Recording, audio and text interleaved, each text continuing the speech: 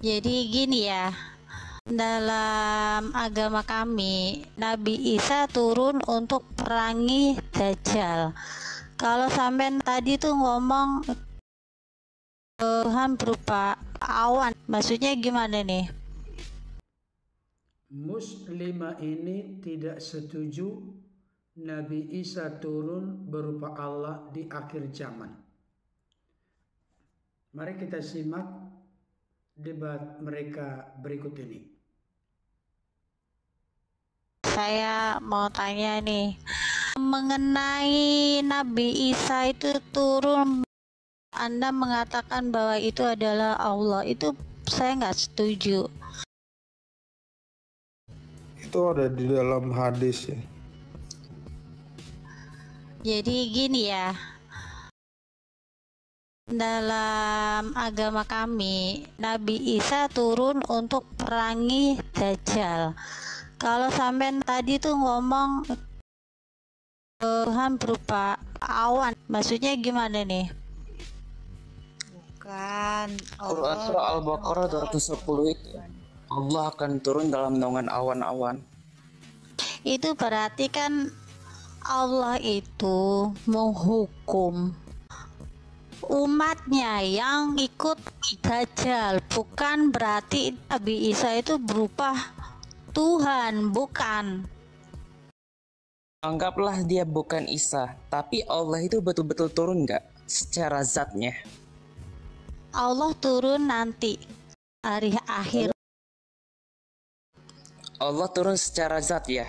tapi bukan berupa Isa lo ya. Oke, saya ikuti narasimu. Tapi yang jadi pertanyaan saya, apakah Allah secara zat itu turun? Turun Oke, nantinya. berarti waktu itu arsnya kosong dong. Kosong, maksudnya Orang Kristen itu katanya Tuhannya sudah kosong di surga karena udah jadi manusia. Nah, kita balik pertanyaan yang sama. Kalau memang dalam Quran surah Al-Baqarah ayat 210 Allah turun dalam naungan awan, berarti ars yang diduduki oleh Allah itu tidak ada lagi Allahnya.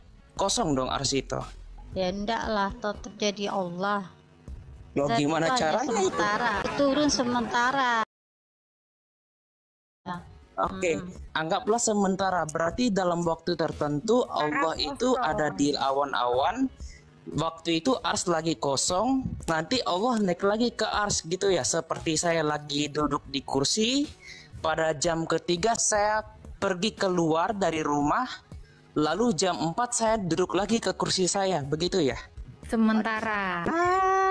Aduh. Tadi gimana, Prof? Lanjutin, Prof. Yang tadi itu. Nih, Tadi ada dalil. dikatakan itu tentang Isa yang akan datang kembali. Islam kan menyamakan Isa sama Yesus. Nah, ini saya buka dari ilmuislam.id, Sahih Muslim nomor 220. Teman-teman nanti bisa cek ya. Di sini diriwayatkan bahwa Isa bin Maryam ini akan datang untuk menjadi Imam yang adil. dan Hakim. sedangkan, tolong dibacain tak? Riwayat Yunus sebagai hakim yang adil. Jadi kalau anjing bisa masuk surga, ya dimaklumi. Karena anjing itu nggak ada dosanya ya, Prof. Anjing pernah memotong kaki, tangan, dan menimpa batu, mencongkel mata nggak, Prof? Nggak pernah. Wajar masuk surga. Di dalam keimanan Kristen, Yesus Kristus di akhir zaman akan datang di atas awan-awan di langit dengan segala kekuasaan dan kemuliaannya, diiringi para malaikatnya. Hal itu jelas terlihat di dalam Matius 16 ayat 27. Sebab anak manusia akan datang dalam kemuliaan Bapanya, diiringi malaikat-malaikatnya Pada waktu itu ia akan membalas setiap orang menurut perbuatannya. Yesus di akhir zaman akan datang sebagai hakim yang adil untuk menghakimi orang yang hidup maupun mati, mulai dari manusia pertama Adam sampai Yesus datang pada kali yang kedua. Matius 24 ayat 30. Pada waktu itu akan tampak tanda Anak Manusia di langit, dan semua bangsa di bumi akan meratap, dan mereka akan melihat Anak Manusia itu datang di atas awan-awan di langit dengan segala kekuasaan dan kemuliaannya. Bapak, Ibu, Saudara, kalau demikian adanya, saya ingin mengetuk hati dari semua manusia yang ada di dunia ini. Segeralah datang sujud menyembah, merendahkan diri di hadapan Yesus.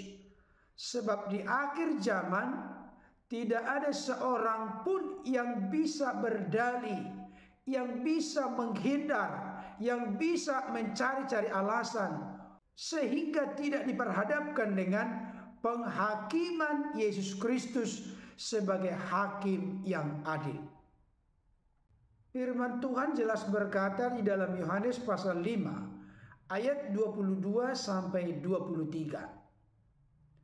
Bapa tidak menghakimi siapapun, melainkan telah menyerahkan penghakiman itu seluruhnya kepada Anak, supaya semua orang menghormati Anak sama seperti mereka menghormati Bapa. Barang siapa tidak menghormati Anak, ia juga tidak menghormati Bapa yang mengutus Dia. Bapak, Ibu, Saudara, kuasa penghakiman dimiliki oleh Allah yang transenden, yang tidak terlihat. Tetapi di akhir zaman, seluruh orang hidup maupun orang mati akan diperhadapkan dengan penghakiman Kristus. Dan firman Tuhan ini jelas mengatakan bahwa menghakimi siapapun telah diserahkan oleh Bapa kepada Anak, kepada Yesus Kristus. Kenapa demikian? Karena nanti di akhir zaman, ketika Yesus datang sebagai hakim yang adil, tentu bukan dalam keadaan roh yang tidak terlihat siapa hakimnya. Kita tahu bersama Allah itu roh adanya, terang yang tak terhampiri, tidak terlihat. Maka penghakiman di akhir zaman tentunya bisa dilihat dan disaksikan oleh manusia. Itu sebabnya ketika Yesus nanti turun dari sorga, diiringi para malaikatnya dengan penuh kemuliaan dan kekuasaan, Dia terlihat dalam keadaannya sebagai manusia yang sudah dimuliakan. Tetapi jangan lupa, keilahian atau keadaan sebagai firman dan kemanusiaan ada di dalam satu pribadi, yaitu Yesus Kristus. Saya ingin menegaskan kepada kita, tidak perlu mencampuri atau mengintervensi keyakinan orang-orang lain di luar Kristen. Tapi yang jelas perlu dipikirkan dan direnungkan.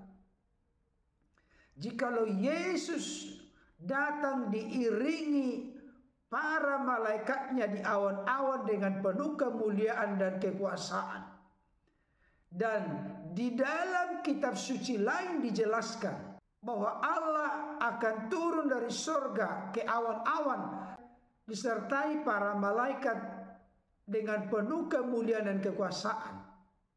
Kenapa Yesus juga nanti di akhir zaman akan turun dari sorga, diiringi para malaikatnya di awan-awan penuh kemuliaan dan kekuasaan.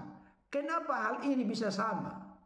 Maka konklusi atau kesimpulan yang bisa kita ambil adalah Yesus itu adalah Allah.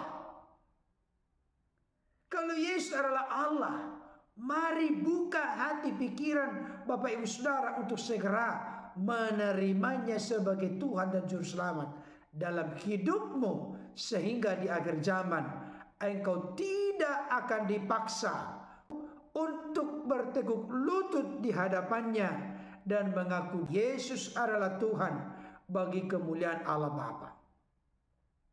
Kenapa hal ini penting? Karena ada masa dan waktunya setiap lidah akan mengaku Yesus adalah Tuhan bagi kemuliaan Allah Bapa, dan setiap lutut sujud menyembah kepadanya. Baik itu Adam, termasuk tokoh-tokoh yang sebesar apapun pengaruhnya dan sebanyak apapun pengikutnya sampai Yesus datang kembali, semuanya harus sujud mengakui kekuasaan, kemuliaan, kehebatan Yesus, karena dialah yang datang sebagai hakim yang adil di akhir zaman.